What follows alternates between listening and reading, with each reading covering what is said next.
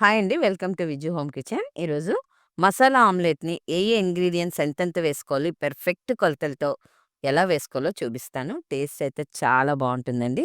ఇప్పుడు వీడియోలోకెళ్దాం. ముందుగా ఒక మిక్సింగ్ బౌల్ తీసుకోండి. అందులో ఒక ఉల్లిపాయని, ఒక 2 పచ్చిమిరపకాయలని, ఒక టమాటాని సన్నగా తరిగి వేసుకోండి. ఇప్పుడు ఇందులో ఒక పావు టీ స్పూన్ ధనియా పౌడరు, పావు టీ స్పూన్ పెప్పరు, అలాగే ఒక half teaspoon garam masala powder, పావు టీ స్పూన్ పసుపు, ఒక టీ స్పూన్ కారం వేసుకోండి. దీంతో పాటు కరివేపాకు, అలాగే కొత్తిమీర సన్నగా తరిగి కొంచెం కొంచెం వేసుకోండి.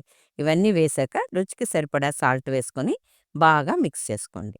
ఈ ఉల్లిపాయలకి, పచ్చిమిరపకాయలకి టమాటాలకి మనం వేసే మసాలాలన్నీ కూడా బాగా పట్టాలండి. చాలామంది ఎగ్స్‌లో వేస్తారు. అలా వేయకుండా ఇలా వేసి ఒకసారి ట్రై చేయండి. చాలా బావుంటుంది. ఇప్పుడు ఇదంతా మిక్స్ అయ్యాక ఎగ్స్ వేసుకుందాం. నేనిక్కడ 2 ఎగ్స్ వేశానండి. వాటికే కొలతలు చెప్పాను.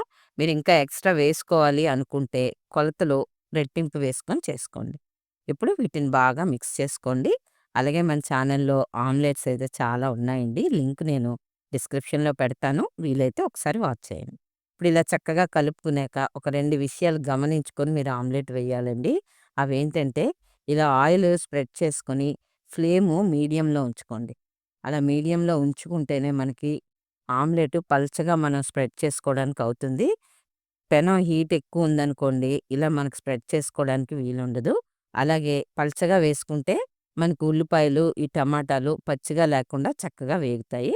ఇలా హీలయ్యాక రెండో వైపు తిప్పుకోండి. ఫ్లేమ్ మీడియంలోనే ఉంచుకోండి. అలాగే పల్చగా వేసుకోండి. ఇప్పుడు రెండో వైపు కూడా వేగాక తీసుకుందాం.